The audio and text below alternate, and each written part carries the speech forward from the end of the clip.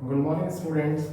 We are going to study of the class 10th physics, chapter 1, topic charge. आज से हम एक नया वीडियो सीरीज भी लेकर आ रहे हैं जिसमें क्लास 10th की फिजिक्स होगी। क्लियर है? तो देखते हैं कि 10th की फिजिक्स में क्या है और जानते हैं। वो पहला जो चैप्टर है आपका क्लास 10th का, आप तो जानते हो क्लास 10th में फिजिक्स के नाम से कोई टॉपिक नहीं है, बट क्लास 10th में साइंस है और साइंस में 3 पार्ट्स हैं, बायो, फिजिक्स और केमिस्ट्री। जो है पहला पोर्शन एनसीईआरटी के बुक में जो पहला पोर्शन दिया हुआ है वो केमिस्ट्री का पोर्शन है, ठीक है। उसके बाद फिजिक्स का पोर्शन आता है। तो फिजिक्स में आपको हम इलेक्ट्रिसिटी से स्टार्ट करेंगे। चैप्टर का नाम है इलेक्ट्रिसिटी। क्लियर है? तो चैप्टर का नाम है इलेक्ट्रिसिटी और इलेक्ट्रिसिटी का जो पहला टॉपिक गिवन है बुक में वो क्या है? इलेक्ट्रिक करंट एंड सर्किट, ठीक है। लेकिन इलेक्ट्रिक करंट को समझने से पहले कुछ हमें चीजें जाननी पड़ेंगी।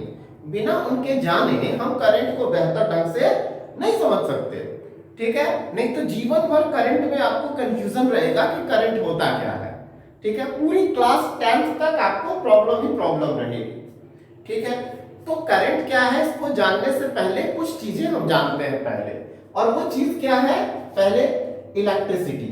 तो इलेक्ट्रिसिटी तो आप जानते हो, इलेक्ट्रिसिटी के कारण क्या होता है? आपके घर के पंखे चलते हैं, आपके घर के बल्ब जलते हैं, टीवी चलती है, ठीक है ना, यहाँ तक कि आपकी मोबाइल भी चलती है।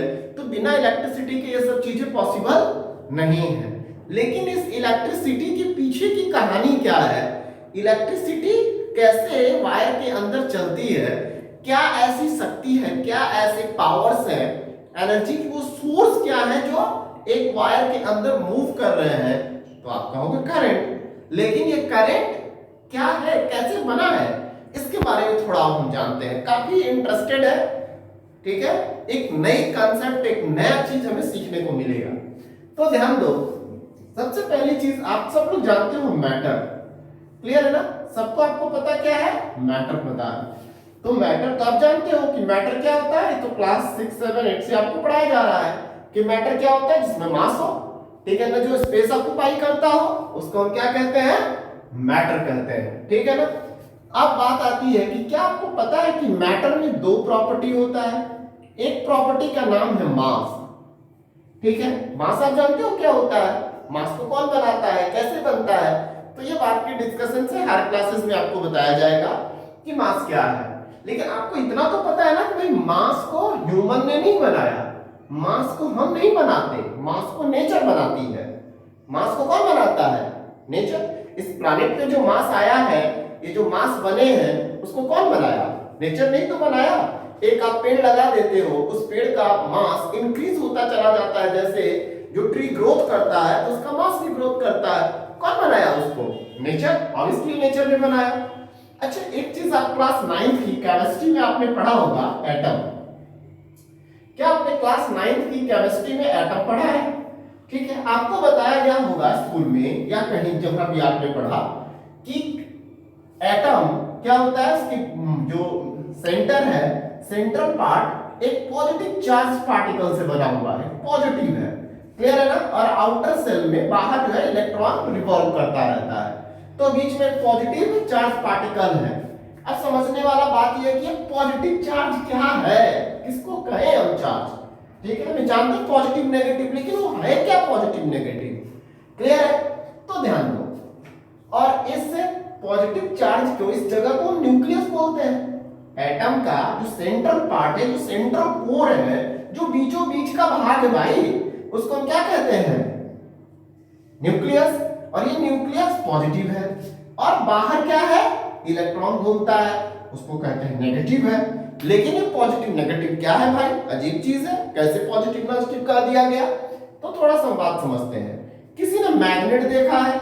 मैग्नेट आप जानते हो कि मैग्नेट जो होता है आयरन को क्या करता है? अपनी ओर अट्रैक्ट कर लेता है। जो मैग्नेट है वो आयरन को अपनी ओर अट्रैक्ट करता है। लेकिन मैग्नेट में ऐसी क्या पावर है? क्या मैग्नेट से कोई हाथ निकल के जाता है जो आयरन को पकड़ के लाता है?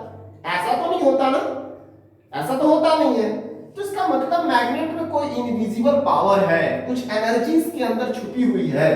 ठीक है ना, जो इस आयरन को अपनी ओर अट्रैक्ट कर लेती है।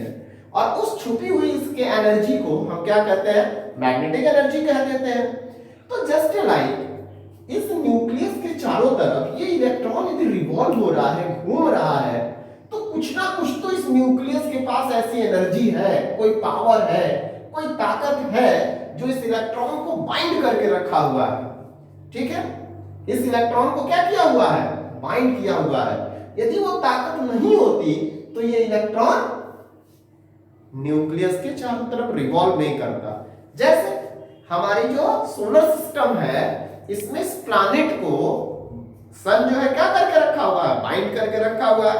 यदि ये सन नहीं होता तो क्या हमारे ये प्लैनेट उसके चारों तरफ रिवॉल्व कर पाते, नहीं ना। तो इस सन में कोई ना कोई ऐसी ताकत है जिसको हम क्या बोलते हैं, ग्रेविटेशनल, ऑब्वियसली ग्रेविटेशनल बोलते हैं। जस्ट लाइक लेकिन क्या एटम के अंदर जो न्यूक्लियस है और जो इलेक्ट्रॉन है, तो इलेक्ट्रॉन जो न्यूक्लियस के चारों तरफ रिवॉल्व कर रहा है, क्या इसको भी ग्रेविटेशनल फोर्स ने ही बाइंड करके रखा हुआ है? तो ऑब्वियसली हमारा जवाब होगा, थोड़ा सा दिमाग लगाएं तो जी नहीं, क्योंकि तो बहुत छोटे हैं और उतनी छोटे चीजों पर ग्रेविटेशन तो इतना कम काम करेगा, इतना कम काम करेगा कि ये पॉसिबल नहीं है किसको बाइंड करके रख पाए। तो साइंटिस्टों ने सोचा कि आखिर वो ताकत क्या है।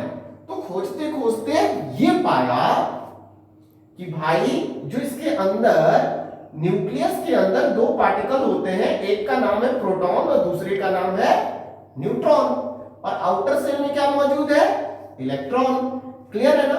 ये जो प्रोटॉन है इस पर एक प्रॉपर्टी होती है, इस प्रोटॉन पर क्या होती है, एक इनविजिबल प्रॉपर्टी, एक अदृश्य शक्ति जो दिखाई तो नहीं देती लेकिन उसका इफेक्ट हमें जरूर फील होता है। वो एनर्जी वो दिखती नहीं, वो ताकत दिखती नहीं, लेकिन उसका इफेक्ट हमें जरूर महसूस होता है। और उसी इफेक्ट को, उसी प्रभाव को हम कहते हैं चार्ज। उसी प्रभाव को हम क्या कहते हैं, चार्ज। उस इन्फ्लुएंस को हम क्या कहते हैं, चार्ज कहते हैं। यदि ये चार्ज नहीं होता तो इलेक्ट्रॉन इससे बाइंड नहीं होता। और राज की बात यह है कि ये जो प्रोटॉन पर जो प्रॉपर्टी होती है, ऐसी ही प्रॉपर्टी इलेक्ट्रॉन पर भी होती है, लेकिन दोनों की प्रॉपर्टी एक दूसरे की अपोजिट होती है। जो प्रॉपर्टी प्रोटॉन के पास है वैसी ही प्रॉपर्टी इलेक्ट्रॉन के पास है, लेकिन दोनों प्रॉपर्टीज की जो नेचर है वो अपोजिट है। भाई अरे बात समझ में ना, इनका नेचर अपोजिट है।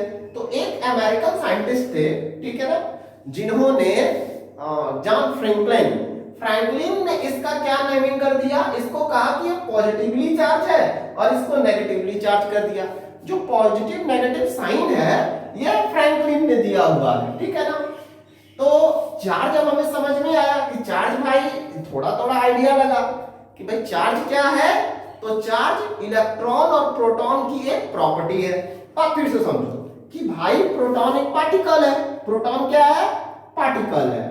पार्टिकल क्या होता है, जिसमें मास हो, जिसमें मास नहीं है वो पार्टिकल नहीं है। ऐसे लाइट, क्या आप लाइट को पार्टिकल कह सकते हो, नहीं कह सकते ना।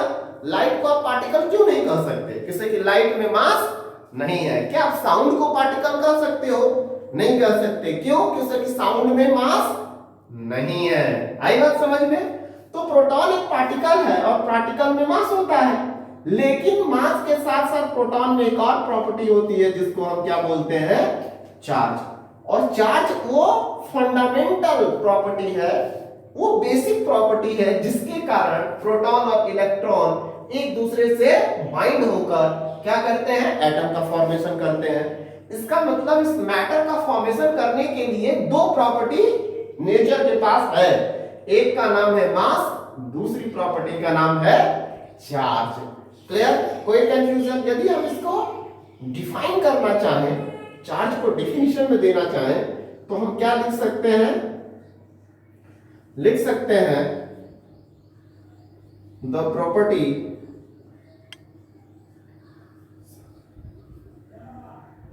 Is of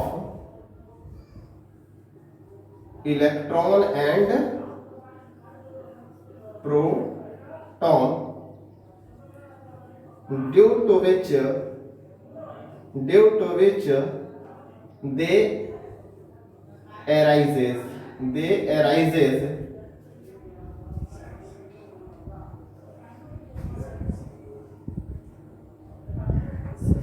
they arise electrical they arise sorry they arise electrical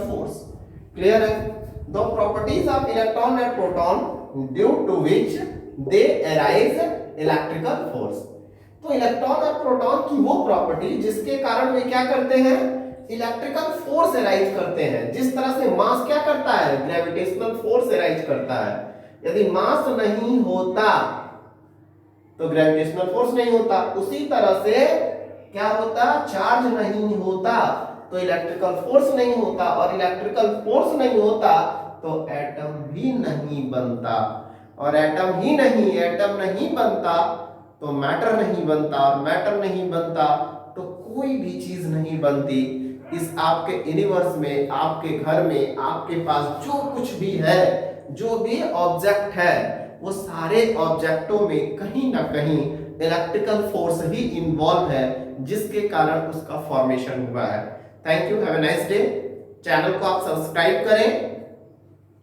share करें लाइक करें जरूर करें